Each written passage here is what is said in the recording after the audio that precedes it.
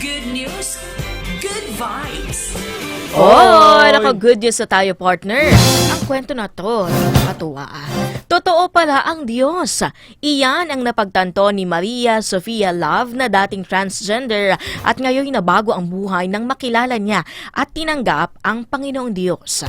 Sa social media, ibinahagi niya ang kanyang buhay noong hindi pa siya nakakilala sa Panginoon. Pagmamahal mula sa iba at approval ng ibang tao ang kanyang hinahanap na akala niya ay magpupuno sa kakulangan ng kanyang buhay. Ngunit isang araw, nakita ni Maria Sofia Love ang kanyang sarili bilang lalaki, maging aniya ang kanyang pagkakamali at ang rason kung bakit siya nagkakaroon ng same-sex attraction. Sa isang iglap, siya ay naliwanagan at hindi niya man ito maipaliwanag, naniwala siyang ito ay pagkilos ng Panginoon.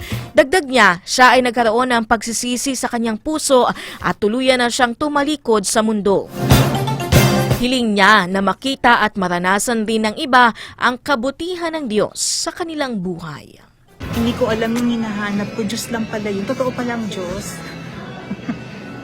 Totoo pala ang Diyos na siya lang yung hinahanap ko na nung napuno na siya sa buhay ko, wala na akong ibang gusto, kundi siya lang.